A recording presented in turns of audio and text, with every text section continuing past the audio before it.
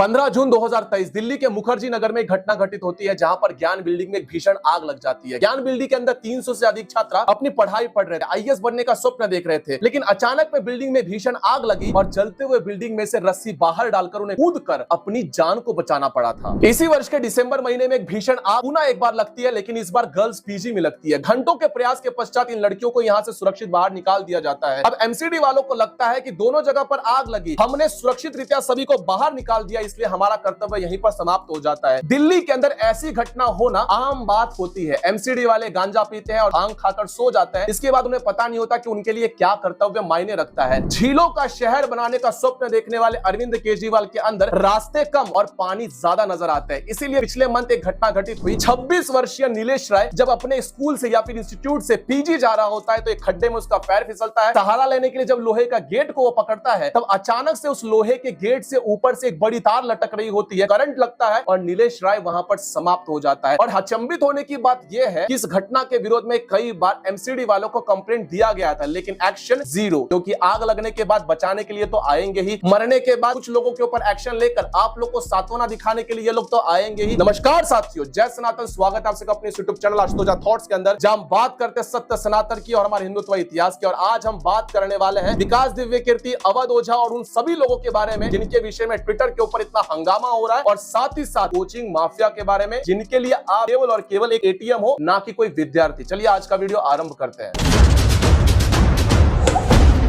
दिल्ली के ओल्ड राजेंद्र नगर के बारे में आप लोग कितना जानते हैं? देश भर से गांव घर के गरीब बच्चे अपनी गांव की जमीन को गिरवी रखकर, अपनी मां के गले की गहने को गिरवी रखकर, अपने हाथों की कंगन को गिरवी रखकर, माँ बाप अपने पूरे जमा पूंजी को एकत्रित कर इस ओल्ड राजेंद्र नगर में 20-20 हजार के किराए के घर में एक छोटे से पीजी में रहने वाले बच्चा एक बड़े से स्वप्नों को बांध कर लाता है और अपने माँ बाप के स्वप्न पूरा करने के लिए दिन रात पढ़ने का प्रयास करता है। 27 जुलाई शनिवार का दिन शाम के 6:30 बजे हुए थे। ओल्ड राजेंद्र नगर के आईएएस इंस्टीट्यूट के अंदर पढ़ रहे बच्चे जो कि बेसमेंट में बनी एक लाइब्रेरी में जाकर पढ़ रहे थे। वो बेसमेंट जहां पर स्टोरेज की जगह होती है, वहां पर लाइब्रेरी बनाई जाती है और वहां पर बच्चे पढ़ते हैं। 2 दिन की भीषण बारिश के पश्चात रास्तों के ऊपर 3-4 फुट पानी जमा हो चुका था। बड़ी सी एसयूवी वहां से गुजरती है और पानी का लहर सीधे उस बेसमेंट की ओर बढ़ता है। पानी का दबाव इतना अधिक हो चुका था कि उस बेसमेंट के जो लोहे का गेट था, उस लोहे के गेट को चीरते हुए वो पानी सीधे उस बेसमेंट के अंदर घुसकर चली जाती है। पानी का दबाव इतना अधिक हो चुका था कि जो बायोमेट्रिक सिस्टम लगाकर रखे हुए थे उस बेसमेंट के अंदर काम करना बंद हो चुका था। शाम के 6:30 बजे वहां पर बच्चे फंसते हैं। 4 से 5 फुट तक अंदर पानी चला जाता है और रात के 1 बजे तक वहां पर रेस्क्यू ऑपरेशन किया जाता है। पानी 7 फुट अंदर जा चुका होता है और इस घंटों की रेस्क्यू के पश्चात पता चलता है कि 3 बच्चों की वहां पर डेथ हो चुकी है। यूपी की श्रेया यादव, जिसके पिता ने एक भारी कर्जा लेते हुए अपनी जमीन जायदाद सब कुछ दांव पर लगा दिया ताकि अपनी बेटी को आईएएस बनता हुआ देख सके, उनके सारे स्वप्न यहां पर पूरे हो सके, अब उसकी निधन हो चुकी है। सिकंदराबाद की तानिया सोनी, इनकी भी वही कहानी है। केरला का डेविड डाल्विन, इनकी भी यही कहानी है। केवल 3 लोगों के मरने की जान की पुष्टि की गई। वहां के मौजूद छात्रों ने कहा कि केवल 3 नहीं, पुलिस संख्या को दबा रही है, अधिक छात्राओं की जान जाने की संभावना है। पुलिस पूरी आंकड़े यहां पर नहीं दिखा रही है। इस घटना के पश्चात जो ओनर था और उसके कोऑर्डिनेटर था, इन सभी को जेल में डाल दिया गया। लेकिन क्या केवल और केवल राउज इंस्टीट्यूट इस के लिए जिम्मेदार है? बिल्कुल नहीं। इसके लिए जिम्मेदार है दिल्ली की सरकार, एमसीडी के ओनर, एमएलए और वहां का मेयर। इनके सभी के सभी मुंह के ऊपर बड़ी सी बंधी हुई पट्टी ये बताती है कि किसी ने भी अपना काम ठीक से नहीं किया है। एमसीडी जिसको ये नोटिस दिया गया था कि नालों की साफ सफाई की जाए, क्या उन्होंने किया? बिल्कुल नहीं। इस लड़के ने घटना घटित पर बताया कि एमसीडी को बार-बार उसके लैंडलॉर्ड ने ये बताया कि आप नालों की सफाई करो, आप नालों की सफाई करो, लेकिन उन्होंने किया नहीं। दूसरी बात सर, मैंने अपने मकान मालिक से बात किया, उन्होंने बताया कि वो 10 से 12 दिन से जाकर काउंसलर से यहाँ बोल रहे थे लगातार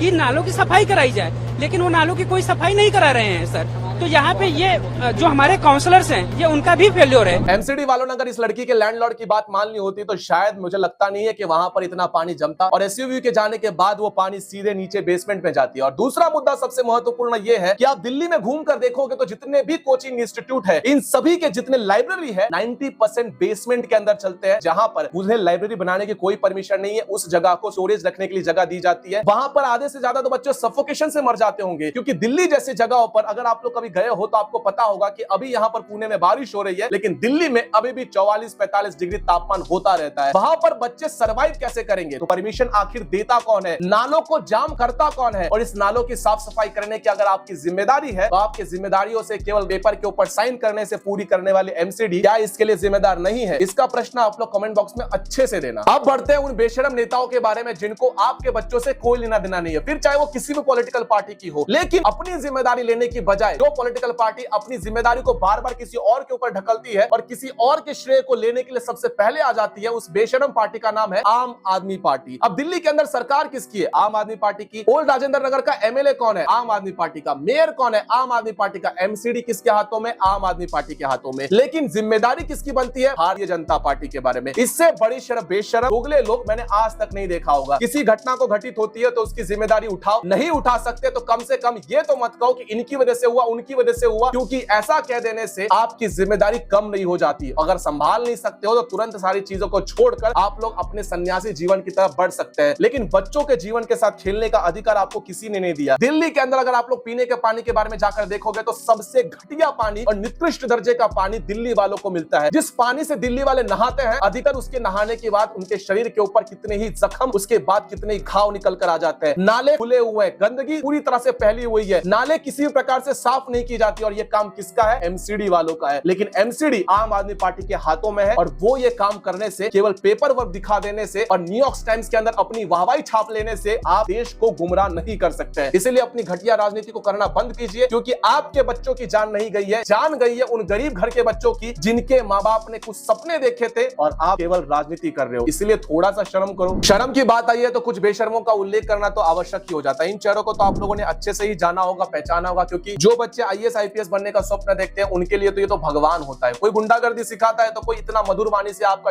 काटता है। ऐसे लोगों को भगवान मानने वाले सभी के सभी मुंह में अपना अंगूठा लाकर चूस रहे थे और दबा रहे थे ताकि इन शब्दों से हम लोग कुछ बोल ना पाए। लेकिन रैंडम सेना ने जैसे ट्विटर के ऊपर इनका इलाज किया, वैसे ही इनका मसीहा कहे जाने वाला दल्लन टॉप है फिर से उभरता हुआ आया और अपना जो बात था वो बात कहना आरंभ कर दिया। यहाँ पर किसी ने नहीं कहा कि आप लोग इन सारी घटनाओं के लिए जिम्मेदार है। पिछले 4 दिनों से ये लोग यही कहने का प्रयास कर रहे थे, जब ऐसी घटना घटित होती है तो आपको अपना आइडल मानने वाले लोग आपसे ये अपेक्षा कर रहे थे कि कम से कम आप आकर इन सारी घटनाओं का विरोध करते, आप उन बच्चों के साथ जाकर खड़े रहते, क्योंकि आपने उनको सपने बेचे हैं। इन बच्चों के मुंह से आप लोग सुन सकते हैं कि इन्हें इनसे क्या अपेक्षा था। क्या इनसे पैसों की जरूरत थी? नहीं, केवल आप यहाँ पर आकर हमारा समर्थन देते, इन गुंडा माफियों, ये जो कोचिंग इंस्टीट्यूट की माफियाएं चलती है, इनके विरोध में आवाज उठाते, लेकिन इन्होंने एक शब्द भी नहीं कहा। का सर हो गए, फिजिक्स वाला सर हो गए, ओझा सर हो गए, मतलब खान सर हो गए, इन्फ्लुएंशियल टीचर जिनकी करोड़ों लोग सुनते हैं, तो वो भी आवाज नहीं उठा रहे इस चीज पे। तो इस पे आप क्या कहना चाहोगे? देखिए, हम जो स्टूडेंट्स थे, हम इतने पागल थे कि हम लोग इन्हें फॉलो करते थे, अपना इंस्पिरेशन मांगते थे, इनकी वीडियोस देख के हम लोग नोट्स बनाते थे। और विकास दिव्य कीर्ति जी को कौन नहीं जानता कि रील्स, उनकी वीडियोस सब देखते हैं, बहुत इंस्पिरेशनल बातें करते। पर आज क्या हो गया उन लोगों को? आज सारी चुप्पी समा दी इन लोगों ने। ओझा जी, विकास की दिव्या कीर्ति जी, क्या हुआ इन लोगों को? आज ये अपनी रील, अपनी पोस्ट के माध्यम से क्या कुछ बोलेंगे नहीं? जो ये दुखद हादसा हुआ है 4 यूपीएससी एस्पिरेंट्स के साथ, क्या वो उनमें से कोई भी एक यहाँ पे आया क्या हमारे पास? क्या यहाँ की सिचुएशन देखने आया? राउज इंस्टीट्यूट के अंदर गया क्या कोई देखने? हॉस्पिटल कोई गया क्या देखने? ग्रीविंग फैमिलीज के पास गया क्या कोई? नहीं, कोई नहीं गया। और ना तो हम विद्यार्थियों के पास यहाँ पे हमारी डिमांड्स पूछने आए।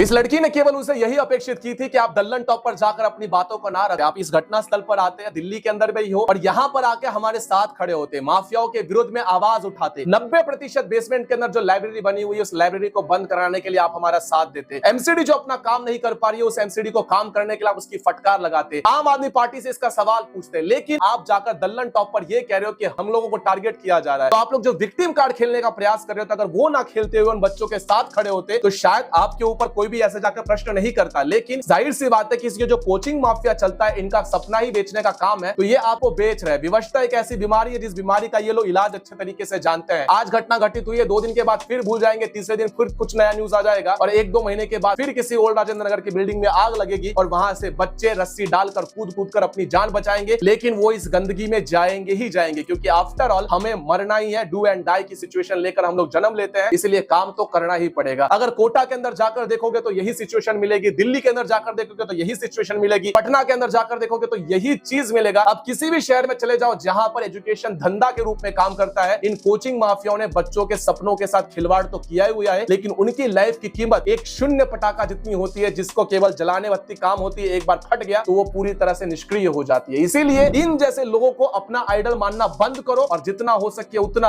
अपने आप पर निर्भर रहो, क्योंकि इन लोगों का काम केवल और केवल आपके बुद्धि में यह बताने का प्रयास है कि सपने बेचे जा सकते हैं और खरीदार बाजार में घूमोगे तो बहुत सारे मिल जाएंगे।